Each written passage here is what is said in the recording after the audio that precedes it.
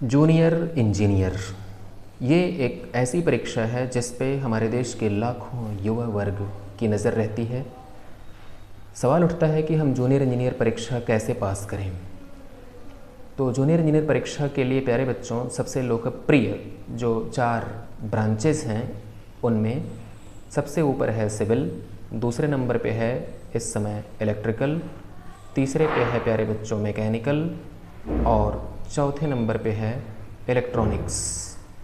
आज हम बात करेंगे सिविल इंजीनियरिंग के विद्यार्थियों के लिए। प्यारे बच्चों, अगर आप सिविल इंजीनियरिंग में डिप्लोमा हैं या बीटेक हैं या एमटेक हैं तो आपके लिए नौकरी के अवसर हज़ारों में हैं। कहाँ कहाँ आपके लिए अवसर हैं ये मैं बता देता हूँ आपके लिए। सबसे बड़ा अवसर आपके लिए है रेलवे भर्ती बोर्ड की परीक्षाओं में। दूसरे नंबर पे सबसे बड़ा अवसर है आपके लिए स्टाफ सिलेक्शन कमीशन का जूनियर इंजीनियर का इम्तहान जो हर साल होता है, और इसके अलावा स्टेट गवर्नमेंट में भी आपके लिए अवसर हैं। यहाँ पे ध्यान रखने की बात यह है कि रेलवे भर्ती बोर्ड और स्टाफ सिलेक्शन कमीशन का जूनियर इंजीनियर, इन दोनों परीक्षाओं में डिप्लोमा और बीटेक दोनों प्रकार के बच्चे परीक्षा दे सकते हैं। लेकिन राज्य सरकार, स्पेशली हम उत्तर प्रदेश सरकार की बात करें अगर, तो उत्तर प्रदेश सरकार में जूनियर इंजीनियर की जब भर्ती आती है तो वहाँ पे केवल डिप्लोमा के बच्चों को ही फॉर्म भरने की अनुमति मिलती है। वहाँ बीटेक के बच्चे फॉर्म नहीं भर पाते हैं। ये हमको ध्यान में रखना पड़ेगा। अब अगले स्टेप पे हम बात कर लेते हैं। अगला कदम हमारा ये है कि हम अगर आवेदन करते हैं जूनियर इंजीनियर बनने के लिए तो कैसे उस परीक्षा की तैयारी करें और क्या पढ़ें ताकि हम उस परीक्षा को पहली ही बार में पास कर लें। तो बात उठती है रेलवे की। रेलवे भर्ती बोर्ड की परीक्षा के लिए प्यारे बच्चों सबसे ज़्यादा ज़रूरी है आपका वो ये है कि आप गणित के, रीजनिंग के, जीएस अर्थात सामान्य ज्ञान ये कह लीजिए, और अगली बात आपकी जो ब्रांच है उसके माहिर खिलाड़ी हों।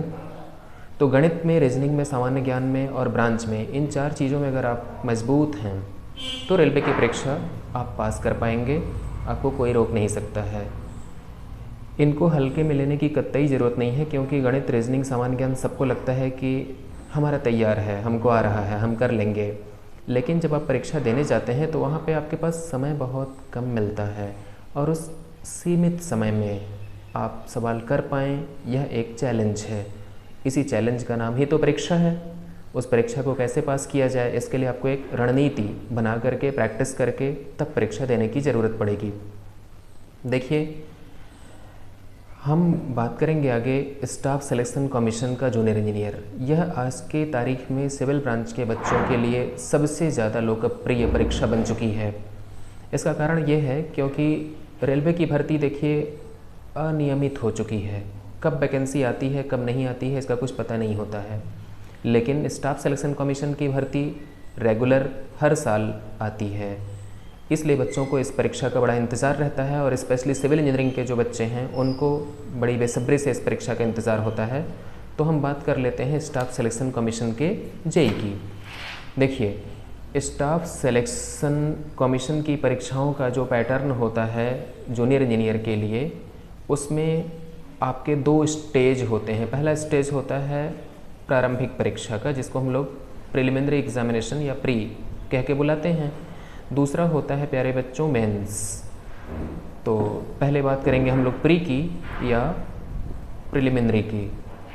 तो प्रिलिमिनरी एग्जामिनेशन में कुल आपके पास 3 सेक्शन होते हैं। पहला सेक्शन होता है आपका सामान्य जानकारी और रीजनिंग। ये सामान्य जानकारी के आपके पास 50 प्रश्न, रीजनिंग के 50 प्रश्न होंगे, और आपका जो ब्रांच है सिविल, उसके प्रश्नों की संख्या होगी प्यारे बच्चों 100। कुल मिलाकर के कितने सवाल हो गए? 200। इन 200 प्रश्नों में से जो मेरा अपना अनुभव है, पिछले 10 साल से मैं जूनियर इंजीनियर के बच्चों को कोचिंग दे रहा हूँ, तो मैंने ये पाया है कि प्रारंभिक परीक्षा पास करने के लिए 200 में से 100 नंबर पर्याप्त हैं। अगर आप 200 नंबर की परीक्षा है उसमें 100 नंबर ले आ रहे हैं तो आप प्रारंभिक परीक्षा आसानी से पास कर सकते हैं। प्लस माइनस 10% और मान लीजिए मेरिट हो सकता है, कभी 90 नंबर जाए, कभी 95 जाए, कभी 105 भी जा सकती है, 110 भी जा सकती है, लेकिन औसतन 100 नंबर के मेरिट पे आप प्रारंभिक परीक्षा पास कर जाते हैं और मुख्य परीक्षा के लिए आप क्वालिफाई कर जाते हैं। और ध्यान रखिएगा कि ये प्रारंभिक परीक्षा के जो मार्क्स हैं ये फाइनल मेरिट में जोड़े जाते हैं, इसलिए फाइनल मेरिट में जब ये परीक्षा के अंक जुड़ेंगे तो आपको ज़्यादा गंभीरता से लेना पड़ेगा प्रारंभिक परीक्षा को, क्योंकि प्रारंभिक परीक्षा में आपने जितना ज़्यादा नंबर स्कोर किया हुआ है, मुख्य परीक्षा को पास करना आपके लिए उतना ही आसान होगा और फाइनल मेरिट में आपकी जगह सुनिश्चित हो सकती है। तो प्रारंभिक परीक्षा में प्यारे बच्चों, मेरा जो अपना अनुभव है मैं आपसे शेयर करता हूँ। रीजनिंग 50 नंबर की आती है और एसएससी की रीजनिंग सरल होती है, ये ध्यान रखिएगा। जैसे बैंक पीओ की रीजनिंग है वो मुश्किल होती है, और लाइफ इंश्योरेंस कॉरपोरेशन की रीजनिंग होती है वो भी मुश्किल होती है, या यूपी SSSC की रीजनिंग है प्यारे बच्चों वो भी मुश्किल होती है। लेकिन अगर हम एसएससी की रीजनिंग की बात करें तो यह रीजनिंग कंपैरेटिवली आसान होती है और आप 50 में से 45 या उससे ज़्यादा नंबर ला सकते हैं, थोड़ी सी अगर आप मेहनत कर दें तो। बात उठती है जीएस की, तो इसका जीएस कठिन होता है प्यारे बच्चों। 50 में से जीएस में 20 प्लस अगर आप होते हैं तो यकीन मानिए कि आप सिलेक्शन के लिए तैयार रहिए, आपका सिलेक्शन होने जा रहा है। अब बात उठती है आपके ब्रांच की। ब्रांच आपका 100 नंबर का है, तो अपनी जो ब्रांच है आपकी, उस ब्रांच में आप 50 नंबर लाने का मादा रखिए, या 50 से थोड़ा ज़्यादा। तीनों को जोड़ लीजिए, 45 और 20 मिलके 65, 65 में 50 जोड़ दिए तो 115 नंबर। 115 नंबर अगर आप 100 में से ले आते हैं प्यारे बच्चों, तो आपका प्री आसानी से पास हो जाएगा। ध्यान रखिए कि इसमें माइनस मार्किंग भी है, और माइनस मार्किंग यहाँ पे 25% है, यानी कि 1/4। प्रत्येक सही प्रश्न के लिए आपको +1 नंबर मिलने जा रहे हैं और प्रत्येक गलत उत्तर के लिए आपके 1/4 नंबर काटे जाएंगे। तो इस लिहाज से बहुत ज़्यादा रिस्क लेकर के प्रश्न हल करने की ज़रूरत नहीं है, जितना आपको आ रहा है उतना करिए, 100 नंबर से ऊपर आप आसानी से सिक्योर कर पाएंगे।